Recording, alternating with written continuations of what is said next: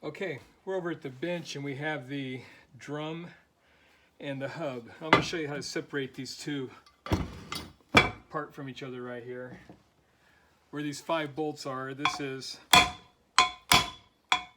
the hub.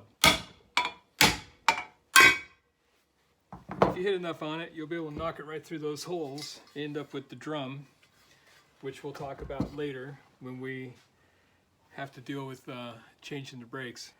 Okay, so this is the hub. We've already taken out the outer bearing. That's the outer bearing. The inside looks great. You look at this race in here, look at the inside, and this is where this whole area, this is where that bearing rides. There's no scuff marks, everything looks fine. This is the back bearing, the inside bearing, and we're going to take this out. Right now there is a seal that we're going to have. Show you what the new one looks like. There's a seal sitting right here. We're going to pop that seal out, and then we're going to put a new rear bearing in, which is going to be one of these bad babies right here. Now, even though we're going to put a rear bearing in, we're not going to put a new race in there. At least I wasn't planning on it. That's the inside. This is the rear. So this comes inside of a race. You can see where it sits in that, and this race is pushed in there. And I know we'll check it. It's going to be okay. I'm not going to change the races. Those become a bit of a problem when you're trying to pound it out from one side and then push it back in from the other without a bearing press. So I'm not going to mess with it because it's not that important to me. I think they're going to be fine without it. What we're going to do is we're going to take this race out. Just put this little screwdriver in like this on the outside. I think you can see that. And just give it a tap. It should just pop right out, just like that. Nothing to it. There's the old that's called a seal, not a race, the old seal. Here we have the bearing, and we can take a look at it.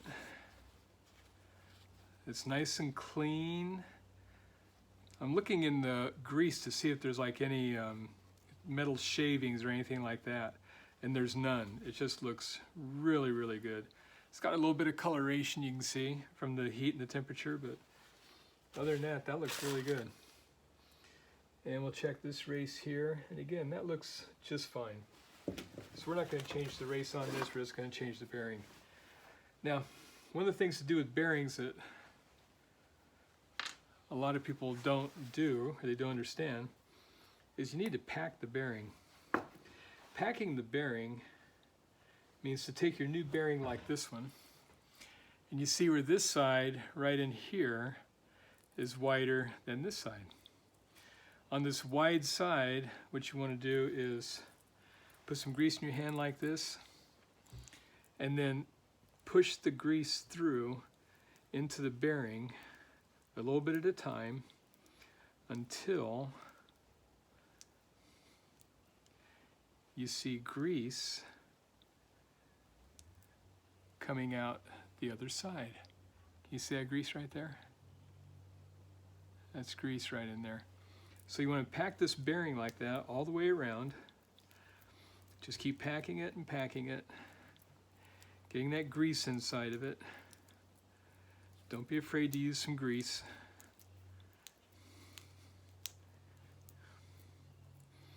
Okay, just pack that bearing, pack it good. Look at that grease coming out.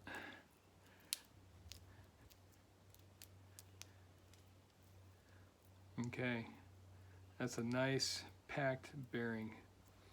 That's going to go back inside here. Let me get some of this grease off. Then we're going to put the, I think I'll do a little splicing here. Now we'll take the new seal. We're going to set it right on top there just like that.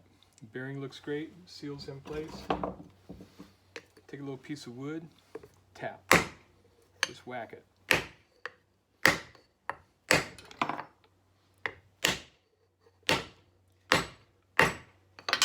Now let's take a look at it, visually inspect it, and make sure that there's no gaps going around the edge here at all.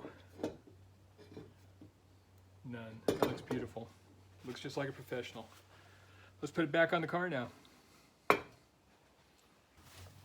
Okay, we're going to put this bad baby back together again. We have the hub, the drum here. This is the new bearing and seal that we put in. And then we've got, that's the inside, or the back. Push that bad baby on. Now we use our new bearing here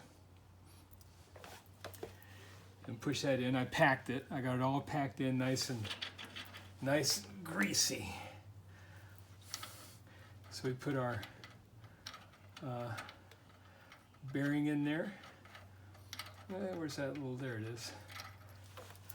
Put that little retainer washer on. Now our nut.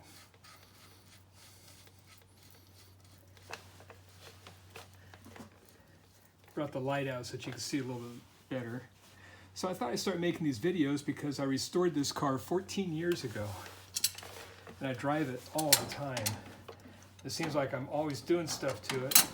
I know how helpful it is for me to see things that people do on YouTube and how it helps them and how to do it the right way, what pitfalls to watch out for.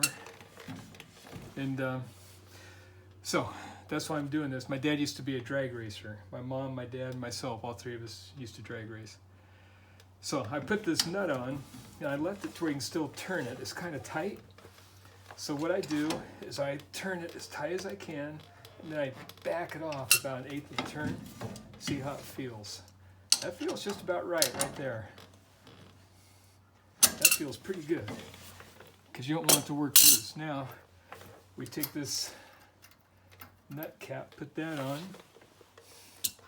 get our new, I said new, cotter pin right here. That goes through right about there. We're going to bend these two arms of the cotter pin around to make sure nothing is exposed. Push it all the way up there too. You don't want anything clicking on the top of that bearing cap. That's always annoying when that happens. Now we have your bearing cap and hammer. There we go. All we have to do now is put the wheel back on, the hubcap, let it down, and let it go. Okay, so we changed the wheel bearings and the seal on the '63 Ford Galaxie on the front wheels. We didn't change the race. Now the race is where the bearing sets inside the hub. The race is a piece of metal. I've got one right here. This is the race, and that goes inside the hub. And you can see that by the thickness of it, it's thinner on this side than it is on that side. See the thickness difference? So the thinner side goes towards the top, or towards the outer portion of the wheel, because it has to come out that way.